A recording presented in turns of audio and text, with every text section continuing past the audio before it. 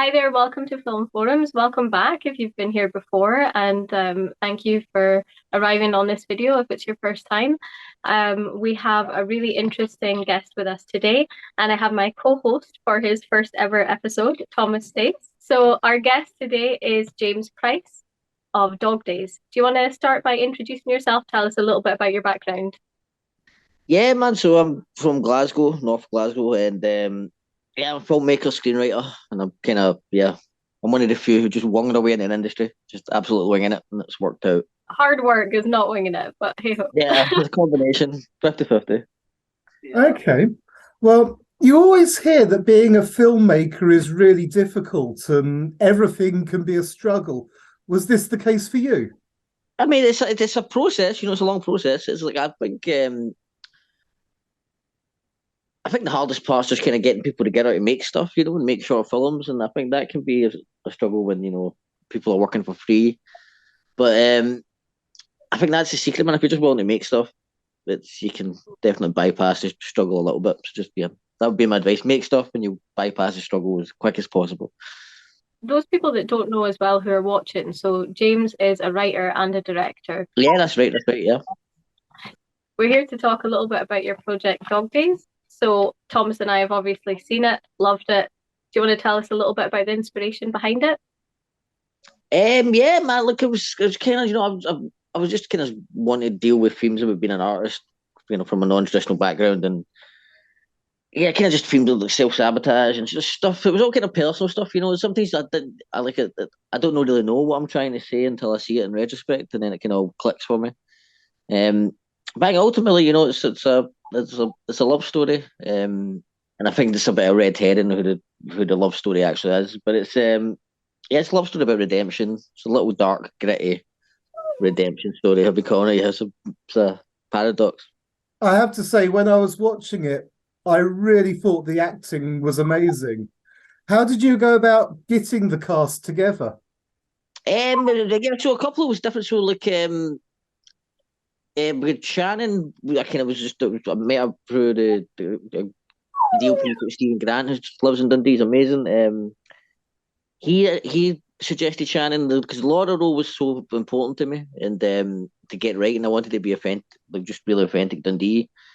And as soon as I met Shannon, within 2 minutes, it was just I felt like a calm wash over me because I was like I knew I had somebody that would be a great counterpart to Connor. Me and Connor did a bunch of short films with each other, and we were kind of like brothers at this point. So it's like me and him just having a natural kind of shorthand.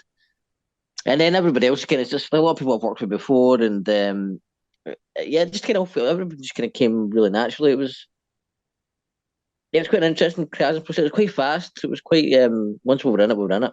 And Aisha, you were in it, man. Yeah, what was your experience? Thomas got me surprised when he saw me on screen because I didn't tell him that I was in it, when I showed him it. Oh, look at me cameo there. But yeah. Yeah. Yes, I almost said all the acting was great except for that strange girl playing the waitress. Oh man, Aisha did amazing, man. Aisha did amazing, yeah. God bless. Thank you so much. With the film festival as well, Glasgow Film Festival, you're obviously talking a lot about your influences and things like that, and Yeah. your passion for your actors as well, which I think really came across. One thing that stood out to me that you said actually, was that you're basically going on hiatus until more people hire your two lead actors, Yeah, Shannon. and so far I've only had one director, Paul Sings, took me up on it, but I have to write the film, so I've created work for myself. But Worked out but I'm hoping more will step up. Once it drops on iPlayer, we'll get that. Conor and Shannon. But also, man, like I don't know if like I don't want to jinx it, but there is still talk, early day talk, but Dog Day's story might not be completely done. We might actually pull a Yeah. yeah. What I want to do, it's a really strange kind of thing. Yeah, I don't know if I should be saying it, but it's kind of jump back, catch up, and then move past. So it'll kind of be Godfather 2 and a sequel at the same time. So which will be quite interesting. But I know it'll work, and so yeah. So we're pitching this way. You should be a wallet in existence, man. You'll be in there, back. I hope so. It'd be amazing to be part of the team again. Honestly, it was such a good experience. I was only there for one day, but immediately I just felt so welcome, and yeah, it was a great team. Like It's good to one hear, of the man. best. I remember that day. That was a stressful day, so I'm glad you felt that way. Like inside, I was dying. I was just having my 19th nervous breakdown. You were fine, honestly. Well, you seemed fine to me anyway. It was all good. You were still As long as that veneer is up, I'm satisfied. So I know as well, like you came through BBC Writers' Room. So do you want to tell us a little bit about that? Obviously, coming from quite a working class background, and then going through the BBC and ending up where you are now, obviously producing work for them, more than once. Yeah, man, I mean, yeah, it's so strange. It still feels very surreal, man. You had a script I wrote. It was a spec script for a feature film, and it got picked up by the BBC Writers' Room in London. And once they took notice of me, yeah, a lot of things happened. There's a lady called Anne Edwin that worked there, who kind of just took a shine in my writing, and yeah, that kind of did kick doors open. That kind of really did help. I think that was probably one of the biggest boosts my career had, was getting that in the wheels. That would be my advice too for anybody's directing, is I think writing moves quicker. So if you can get spec scripts out there and stuff, like you will move faster. Um, get your foot in the door faster. I think it's a lot harder in Scotland to just kind of jump in as a director, especially if you're not, traditionally trained. So I Definitely. always advise people to write. I do always say, like, get scripts out there and get them circulating. Yes, I was just wondering what made you choose this subject matter for the film. I mean, I'll be honest with you, I don't want to bore you all to death, but like a lot of this kind of stuff has touched my life personally. Yeah, the main character's kind of like I say, I always describe him as kind of amalgamation of me and my older brother. He's in the next room. But yeah, so it's 50% me, 50% him in there, and that's kind of like to give him all the bad qualities, and so him and I'm all the good qualities. I'm the wee artist guy. It's just still love or not a fighter. But yeah, so it's really, but a lot of the stuff kind of touch personal. The big Valium thing's quite a bad thing in Glasgow right now, and it's taken a few people I know. It's took Shannon, who played Laura. I think her best friend passed away due to them, so it was quite heavy for her to kind of relive the whole thing. It was kind of almost like she was playing a friend, I think, and yeah, it's such a I think it's just something that's not really touched upon. People don't know much about, and it's just there is a real danger with the stuff. So I didn't want. I also didn't want to be an after school special though. So it was a really tough line to walk where you don't want to be hammering people. I didn't want to be an episode of Baker Grove, where it's like don't do drugs, But so I was kind of just want to walk that line of, they were just an aspect of the story. They weren't the whole thing. No, I think you did a really good job though of showing the realities of it as well. And it's watching it, like there's so many laugh out loud moments, even though you're dealing with really tough issues. And that's a real testament, I think, to your writing and also to obviously the actors playing those roles. No, But definitely, man. That's the main thing. I do think, like, if you're going to make stuff in this kind of, genre in the Scottish landscape, it needs to be funny. You need a spoonful of sugar in there to get past all the depression. Yes, it really does need to lighten the load sometimes, but okay. Now, you mentioned earlier that the writing got you moving quicker in the industry, but what's your favourite part of the process? Which part do you It's most weird. enjoy? I've been asked this quite a lot recently, and there was a time when I definitely would have said writer first. I don't know if it's because of Dog Days. I think I had a couple. I did a music video for Michael Imperioli for the Sopranos, his band, and doing that was it was a chaotic experience. It was during the COVID. It was absolutely insane, and I made the short film with Conor called Spyro. I think those three things, Dog Days, the music video, and Spyro, they really just kind of. I think they changed my answer. I think directing is I would say directing now, but I always want to write, and I always want to write and direct my own stuff. But I think now I probably would say directing. It's interesting. Yeah, it's weird. It's weird. It'll probably change next week, but I go back and forward on it. that's really cool. Another one I think that our viewers really want to know because our audience is primarily film students or aspiring filmmakers that are maybe at the beginning of their career. So if you could go back to whenever like things hadn't taken off for you, right? What advice would you give yourself? Just don't be hard on yourself, man. I made a short film back in 2013 that I never released, and then Carolyn Sinclair Kidd, who was an exec on Dog Days, um, she saw it, and this was 2019, I think, by this point, and I'd never released it, never finished editing it, and it ended up on BBC Scotland. They televised it, and it got quite a big festival push. Well, we did pretty well in Scotland. But I thought it was a terrible film when I first watched it back. I thought it was a really rough. Like as soon as I saw a rough cut, I was like, I'm just a bad filmmaker. And it's just, I think that's something that nobody tells you, is that first cut you see is always going to be bad. So brace yourself for that, and don't panic. And like that's why editing exists, man. You edit a little special piece of work out of it. So don't be too hard on yourself, I think would be the main piece. And then just don't give up, man. Don't look like there's a lot of like setbacks and a lot of rejection, and like it's so easy to kind of think, oh, this isn't for me. But main advice would be just don't give up. Just keep making stuff, keep writing, keep doing it, man. Just don't stop. If you've got fire in your belly and you don't want to do anything else, then don't stop. It's something that we hear here as well, time and time again, is the how many films end up on the cutting room floor, and Yeah. the difficulty, I guess, of being a perfectionist, which I think a lot of creatives are. They, get into the process and stuff like that, and then the rushes don't look exactly how they thought they would look, but they don't realize the power of a good editor as well. Oh, definitely, man. Mark Fraser's my editor, man, and I think it was up to me and him, we would still be working on Dog Days right now. We probably wouldn't have. We'd probably still be editing it. We just wouldn't stop. But he is amazing and just such good instincts, and yeah, he's kind of been my secret weapon since Dropper Off Michael, which was back in 2014. Yeah, he just got such good instincts. We'll argue to the death and non-stop, and then we'll realise the other one's right and back down, man. But he's just such a genius, and yeah, he's made all of my works is what it is because of him. He's an absolute master. I can't if anybody needs an editor, Mark Fraser, I can't recommend him highly enough, man. He's the Pricey secret weapon. Off the back of that, though, you were saying obviously directing right now is kind of more your passion. So could you tell us a little bit about what your process is for, coming up with the visuals that you want to see? Because obviously you write the story and I'm sure you've got an image of it in your head, but then how do you do that in a practical sense? Always same way with my editor, Mark. I think one thing that has made me rise. I don't know if rise fast, but it's got me to this point, which is moderately successful.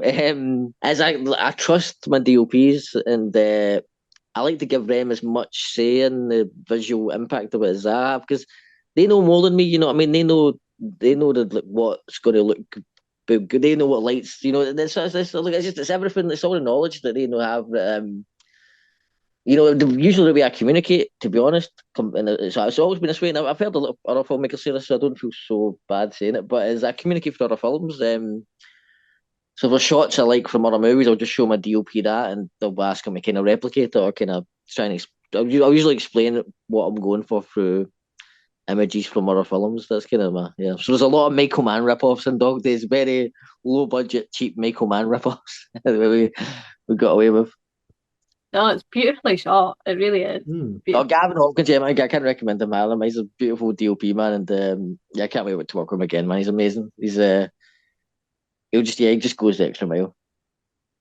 I think that's probably one of the best things that I've noticed about you is that you really big up your team. Like you're really passionate about your team. I don't think I've heard many people talk about, their actors and their crew the way that you do. Like you really want the best for them, you want work for them. I think that's a really beautiful thing, and that's obviously part of what creates that awesome culture on set. Everybody's happy, you know what I mean?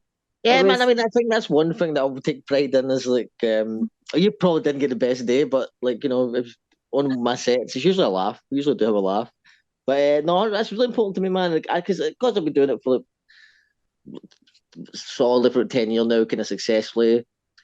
For people like Shannon in particular, they kind of come from a similar background as Shannon, so it's like when you do one thing, it kind of feels like sometimes you're picked up, then put back in your box, and then you're like, what happens now?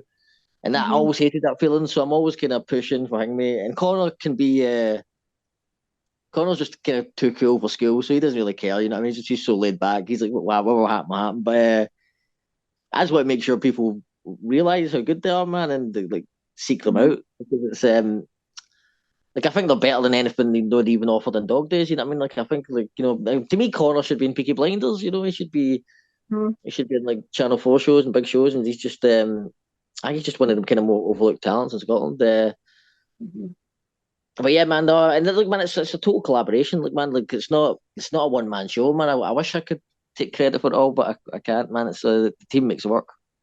Yeah, no, absolutely. I agree with you. I think Connor and Shannon, for those of you watching who maybe haven't seen it yet, the link will be in the description. So please do go and have a watch. It's a fantastic show. But those two are playing two of the three sort of lead characters, I would say. Yeah, So man, shout out to Lois Chimimba, man, who's absolutely amazing. I seen Lois do a read through a script of mine in London. It was actually through the writers' room, and we just kind of hit it off. And I just knew that I would work with her. And the weird thing is, the day before we put the offer out to her, she'd said to her agent that she wanted to reach out to me. So it was just this weird synchronicity that happened, just purely by chance, that happened at the exact same time. perfect. But yeah, she's amazing, and man, and I feel guilty because I never big up. I always I'm always focused on Shannon because she was kind of my first big jump up Yeah, in the team. I mean, Lois is fine. She's in bid. She's blowing up. You know what I mean? So I feel like I don't have to big up Lois and Brian McCarthy too much. She'll be fine. They're absolutely smashing it. They're doing better yeah, than me.